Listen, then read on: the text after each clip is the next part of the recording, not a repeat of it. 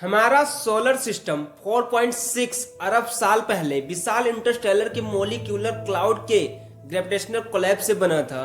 Starting में धूल और गैसों के बादल थे जो खुद की ग्रेविटी के कारण कोलैप्स हुए।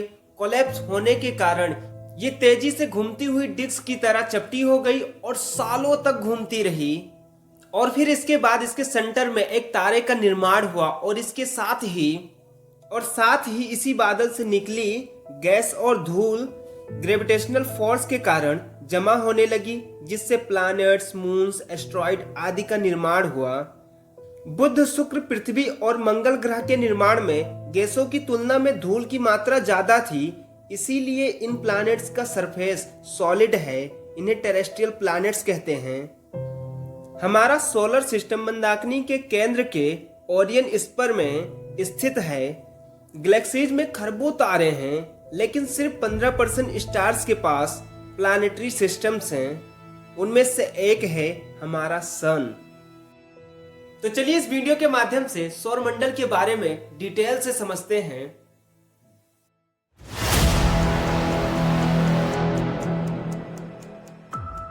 So, there's our solar system, then there are all the billions of planetary systems in our galaxy, the Milky Way.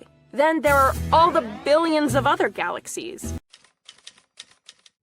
Generally जिस तरह से हमें बचपन में छोटे क्लासों में समझाया जाता था कि सन एक जगह पर स्थिर है और इसके चारों ओर प्लैनेट्स घूमते हैं, तो हमें क्या समझ आता था कि हमारे जो सोलर सिस्टम का मोशन है वो कुछ इस तरह से दिखाई देता है।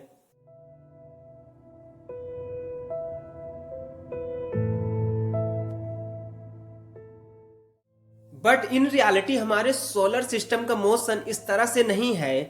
जैसे जब आप किसी ट्रेन में ट्रेवल करते हो, अगर वो एक समान गति से चल रही है तो हमें लगता है हम पूरी तरह स्थिर हैं, अगर हम बाहर की ओर न देखें तो। ऐसा इसीलिए होता है क्योंकि ट्रेन के रिलेटिवली हम 0 किलोमीटर प्रति सेकंड की स्पीड से मूव कर रहे होते हैं। बट बड़े रेफरेंस फ्रेम में देखें तो ट्रेन भी मूव कर रही होती है और हम भी मूव कर रहे होते हैं। बिल्कुल उसी तरह प्लैनेट्स के रिलेटिवली सन भी स्थिर ही दिखेगा। जैसे जैसे टेक्नोलॉजी एडवांस होती गई, हमें बड़े रेफरेंस फ्रेम में देखने को मिला और हमें यह भी जानने को मिला कि जैसे पृथ्वी और अन्य प्लैनेट्स सूर्य की परिक्रमा करते हैं, उसी तरह सूरज भी 242 किलोमीटर प्रति सेकंड की स्पीड से आकाशगंगा के केंद्र की परिक्रमा करता है। मींस के पूरा सोलर सिस्टम ही मूव कर रहा है। इनफैक्ट पूरी गैलेक्सी ही मूव कर रही है, क्योंकि ब्रह्मांड अभी भी फैल रहा है। तो वास्तव में जो हमारे सोलर सिस्टम का मोशन है वो कुछ इस तरह से दिखाई देता है। हमारा सन भी मूव कर रहा है, साथ में इसके चारों ओर बाकी के जो सेलेस्टियल बॉडीज हैं, प्लैनेट्स, मून्स, एस्ट्रॉइड, जो भी कुछ, सब कुछ सूर्य के चारों ओर घूम रहे हैं। इसे सोलर सिस्टम का हेलिकल मॉडल कहा जाता है। हमारे सोलर सिस्टम में सिर्फ 8 सेलेस्टियल बॉडीज को प्लैनेट्स की मान्यता मिली है। ये सेलेस्टियल बॉडीज प्राइमरीली सन के अराउंड रिवॉल्व करते हैं। इंटरनेशनल एस्ट्रोनॉमिकल यूनियन IAU के अकॉर्डिंग ये 8 प्लैनेट्स हैं: mercury, Venus, earth, Mars, Jupiter, Saturn, Uranus and Neptune. इनके कंपोजिशन के आधार पर इन्हें 2 कैटेगरीज में बांटा गया है: टेरेस्ट्रियल, जोवियन।